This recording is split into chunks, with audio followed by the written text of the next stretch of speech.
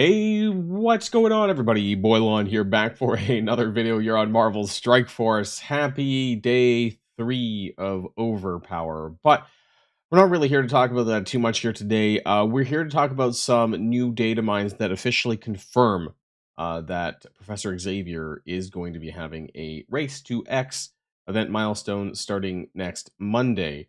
And I want to talk about this kind of in relation to Overpower a little bit because I think there's a lot of FOMO, for lack of better words, going around the community right now. People panicking a little bit in terms of what should they do with their upgrades.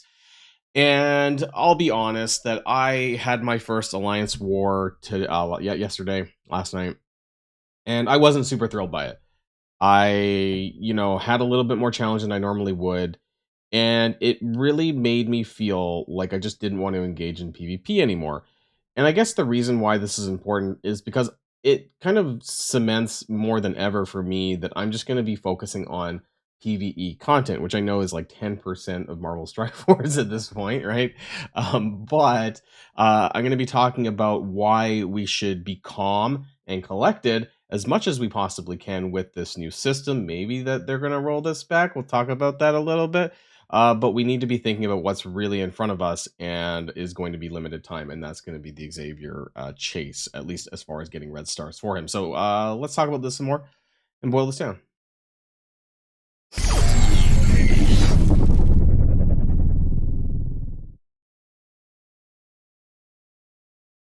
So let's just dive into the data mines for a second here. Nothing super huge, but I do just want to reiterate that this is happening. So Professor X, obviously, blah blah blah, blah gear tier 20.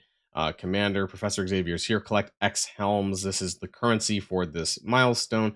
By completing his saga to progress in his limited time race to X event and earning his red stars. Now, what we were told with relation to Xavier is that we were going to come out with a 7 yellow.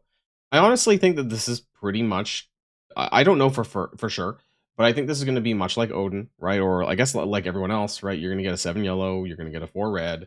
That's just my assumption. And then for every additional kind of that you do within the milestone, that you're going to get 5, 6, and 7. Sevens, obviously, if you clear the entire thing within a particular time frame. And I kind of wonder what that is. Now, I can't remember off the top of my head how long it was for Odin. I want to say that it was like 5 or 6 weeks maximum. I know it wasn't very long. And so part of me wonders whether or not Xavier will be the same thing, or if they'll give us a little bit more time. Because unlike Odin, this is gear tier 20 now and not purple 3, right? So it's a little bit more convoluted, not convoluted, but a little bit more, I guess, involved in this case. Build squads of 5 to gear tier 20, obviously using the same recommended that they mentioned before. So we're going to go over this a little bit because I am honestly a little bit skeptical whether or not Blade and Oath is going to be good enough, or if we're going to be needing to use the full 5 Vigilante. And I think that's kind of what I am pushing more towards, is 5 Vigilante. They also got a little bit of an update, and we're going to take a look at that just after this as well. Villain Global, Orcus Apocalypse Ares. Now, I think I need to wait and see the nodes a little bit, because I also think that maybe because you need everyone to have 3-star, and the fact that Apocalypse is an old era character, that there might be the possibility that having the full Orcus, including someone like Omega Sentinel, might help you stay alive a little bit longer in here, as long as there isn't anyone that is flat out detrimental to having the full Orcus team. And because Apocalypse's stats are not going to scale as well, I'm wondering if there's going to be anyone on the nose that just flat out screws them over. Hero Global, Liberty, Old Man Logan, Jean Grey. Obviously, we're probably going to be taking Old Man Logan. I am a little bit less confident about Jean Grey just because I don't know how she performs realistically just with Old Man Logan and not a bunch of other X-Men. So this whole Liberty recommendation also kind of, honestly makes me more shaky than Vigilante, because Liberty has also a lot of text in their kit involving the team, except for it's actually like hard locked to the game mode, whereas Vigilante now has a little bit more outside of raid text that just requires the full team. We'll talk about that. Villain Cosmic, I feel fairly confident in this. Annihilators, Mephisto, Null, maybe add in Shadow King as well. I would probably, instead of doing Gladiator, I might do Shadow King there. And then Lalandra, Hero Cosmic, Starjammer. So I'm going to be doing Lalandra, Kahori Odin, and then I'm thinking of doing Groot and Havoc. So that's what my thoughts are. We're going to talk about that a little bit and how it breaks down for Gear Tier 20. But I do want to kind of go over here to the Vigilantes update blog because I think this is pretty important. Now, I think that there is going to be a second one before the entire team comes out. I don't know why. I just don't think that this was enough. I think people are going to complain more. I think we're going to see something else. Just what I think. You know, we had like 2 updates for Starjammers, and people are still complaining about Starjammers. And so I would not be surprised if Vigilantes got a second one too. So what did they do? They kind of tried to make it more viable, the characters more viable outside of their game mode. They allowed the flip all negatives effect, so this is basically doing this, but it's not in raids, it's in all game modes. And he's also healing on his special as well, outside of raids too, which is nice because before it was only his alt that did healing, so now both of his skills are healing, Daredevil Modern. To the team only, unfortunately. Let's zoom in a little bit because the bold might be a little bit hard for people to see. So that's that. The only thing changed for Daredevil. For Silver Sable, it's more related to her ultimate, and this is the skill that kind of wipes away Safeguard and things like that, the Thanos endgame sort of attack. But it was locked to raids, I believe. Well, there's certain. We'll take a look at the new version of it. So they added this part here. Oh, to the trauma. So never mind. So so the trauma 2 turns and all allies and this stuff. This is now available in War Offense for whatever reason. Not Crucible, not all offense, just War Offense. So yeah, I found this is a bit of a strange update. Why do they not also include this into Crucible or just have it flat on offense? I don't understand. And there also is a caveat that there has to be one villain enemy on the team. So a bit of a lore call out, I suppose, to the team in general. But I don't like this whole War Offense thing. I feel like it should be just offense. Ew. And the reading of the text is also a bit strange. But anyways, they're just reiterating that, yep, in raids, it's always going to do this stuff. So yeah, there we go. The raids and War Offense for the trauma. Also, her passive got a little bit of a change where the focus of this character and each ally can only reduce by offense down. This is in all game modes and not specifically locked to raids, I believe. Or is this... No, is this just an addition? Is this just a brand new addition? I felt like it was already on there, or was it on somebody else? I don't know. Okay, anyways. Apparently I'm delusional. But at least it's there now. I swear it was on, maybe it was on someone else. It might I don't know what I was seeing. Okay, anyways, let's moving on to Hitmonkey, and the new additions for him is on offense. Luckily, this is all game modes. Lower the revive chance of all enemies by 100%. Now, keep in mind this is revive chance. So this is not revive once. So this would be like, let's say Panda Pool, who have revive chance, Omega Sentinel with revive chance. These characters that have like passives that revive, but not revive once as a buff, right? So that's not what we're talking about here. It's only revive chance. Groot would be another one as well. You know, so those are the revive chance types. So that'll be interesting to see how that plays and if whether or not that makes a difference. Now, I do want to talk. Nope, no, I want to talk about the panic, right? So I want to talk about Overpower a little bit here and the panic. And what I mean by that is there's been a lot of posts on Reddit, on YouTube, thankfully, other content creators are also posting about this as well. I was actually concerned whether or not this was something that Envoys did not want to tackle because that they didn't want to ruin their position with Scopely and how that they would feel towards them. Because back when I was in the Envoy program, there was this big impetus to spin things positively, and that would net a positive result for envoys and creators, or at least a little bit more of a back scratching if you were to, maybe not spin things negatively, even if they were, of course, like Overpower. So I'm glad to see that the other creators are also doing their thing regarding this, because I just think this is terrible for the game. I think it's terrible for the health, and I'm ranked number 1 because I got my Odin to gear tier 20.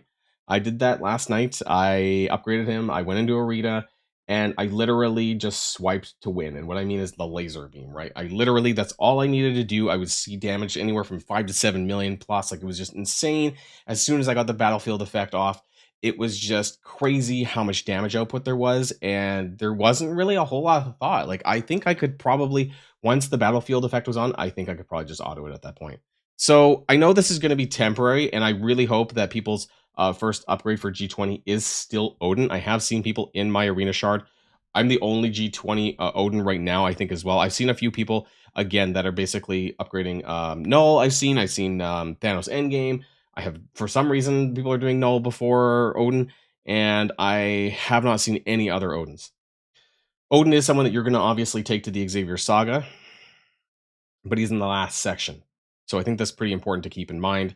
I do think that unless this race to X is like 120 days, I think it is important for us to be thinking about upgrading characters for Xavier first and foremost, rather than anything else. And honestly, I don't think that it matters one bit, in my opinion, to do your arena meta team outside of Odin. I fought against, even with my 10s, I was fighting against some 11s, Nulls, Mephistos, and Thanos Endgame, and honestly, none of that really made a difference. The only thing that frankly made a difference was Odin.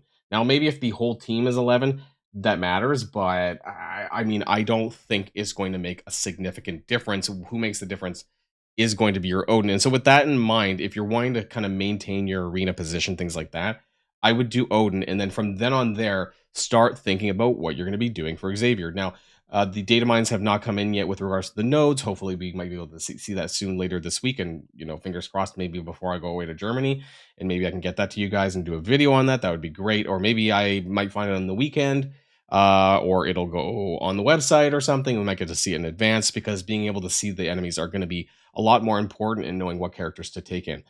That being said, I'm not ready to even start the city section yet anyways, but I am intent on doing the Vigilante characters. That is something that I'm going to be doing. I am going to be doing the full 5, and I want to kind of show you here. I have this chart, and I've kind of showed this before. It was more of my G20 minis breakdown chart. But so this is my plan. So for City, I'm going to be doing the full 5. I'm going to be doing Punisher. Keep in mind, Elektra is Mystic, so that's important. Otherwise, it's 4 skill characters. Punisher only takes 2 pieces of gear, so that's kind of good there. My global hero, which is over here, I'm not set on Liberty personally. I think that is where I need to see the nodes. Global Hero is a little bit shaky. I might be more flexible. I might consider an X-Men hybrid team of some sort with Logan, Jean Grey, maybe like Beast expensive. No, I think they evened it out actually for G20. I think a lot of the older characters who had more gear pieces are at 3 as well. So this might be a little bit easier to do like a mixed rework, maybe Phoenix, Beast, Jean Grey, Logan, something like that. I'm not 100% convinced, maybe not Phoenix, but that's screw up the 3-star actually. I'm not 100% convinced that Liberty is going to be the one. Maybe Cap Sam on his own, like he might have some good value there. For Global Villain, currently I have it lined up as 4 Orcus and Apocalypse. However, I would not be surprised if I then end up changing Apocalypse out for Omega Sentinel, depending on who is on the nodes. For Cosmic Villain, Mephisto, Null, Thanos Endgame, Gore, and Shadow King. I don't think I'm going to be doing Gladiator. There is one piece of caveat that I'm not quite happy about, is that there's just really not a lot of bio characters, and I touched on this in a previous video as well. Hero Cosmic, Lilandra, Odin, Kahori, Havoc, and Groot. I mentioned that earlier on. That's what I plan to do. And so, what is the breakdown of all the characters? Well, you can see there's a huge problem with bio right there, is that there just is not a lot of bio minis that I need, and that's a bit rough, because if they start doing bio leaderboards and shit like that, like I'm gonna start capping out, like I'm gonna be done it earlier than I need to be. As far as Mystic and Skilled, that is the highest and the most saturated, namely because of characters like Mephisto, like Odin, that are bringing that total up. So Mystic is quite a lot there. Skill is quite a lot there. Tech is in the middle. And actually, I would say Mutant at this point, probably because I have Apocalypse still listed. Oops. Is a little bit bad as well. So if I were to change Apocalypse out for Omega Sentinel, it would probably just shift the other way a little bit, where like it would require a little bit more tech and less mutants. So that's what's on the table right now. And I guess the only thing to consider would be, is there any way that I can squeeze some bio characters that have any reasonable value, that are actually not going to get their ass kicked in Global Hero, that are bio? And I don't see what characters that might be on the horizon, but we don't really know. I mean, the things that we do know, things like Thunderbolts, things like the Hellfire Club, there's this legendary, right, who could be Quasar, that might be squeezing his way in there. But I mean, I don't know if he's necessarily bio or not. So we'll have to wait and see on that about the next legendary, because that's going to be coming very soon, probably in May. So that's likely to be announced very soon as well. But what I wanted to why I'm doing this and showing you guys this is because I don't want people to start FOMOing out about Overpower and how it's affecting PvP, and how you might think that you need to rush to whether it's level 105 or gear tier 20 on some of these PvP related characters, or even the rest of your arena squad. I don't even think that matters. I think it's just Odin, like I said earlier on. And so this is kind of like a public service announcement to just keep calm, keep playing the game, keep managing your resources, do a bit of hoarding as well, right? I'm doing a lot of that, whether it's for event energy, campaign energy, ISO 8 energy for events, things like that.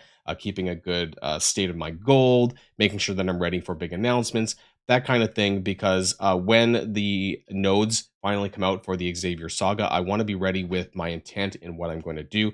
But it's also really important with this race to Xavier, depending on how long it lasts, I want to make sure that I can push as fast as possible and go through the sections, right? So if I'm upgrading my full arena team, that's coming down into like Cosmic Villain. Most of this is Cosmic Villain, and that's like the 4th section. And most of this is not going to be really relevant, because it's not going to help me get red stars for Xavier, at least not the earlier ones. So, if I were to start upgrading all those other arena characters, this is going to screw me out of the running to maybe get a 5 or a 6 red Xavier. That's the thing that I don't want to happen. So that's why I'm rather upgrading in order. But I do want to wait to see for the nodes, of course, just to make sure that my picks that I'm thinking about are the right ones. So that's it for now, everyone. There's going to be another video later on, probably doing the part 3 review summary of the strike spot video, which is going to be the last one for me for this week, because I'm going to be getting ready to head out. I will also have my Should You Core Silver Sable video, which should come out tomorrow as well. So that's going to be it for now, everyone, and I'll see you guys later. If you like this video, make sure you hit that subscribe button if you haven't already, and you'll be greatly helping out the channel. Have a great day, and I'll see you guys on the next one.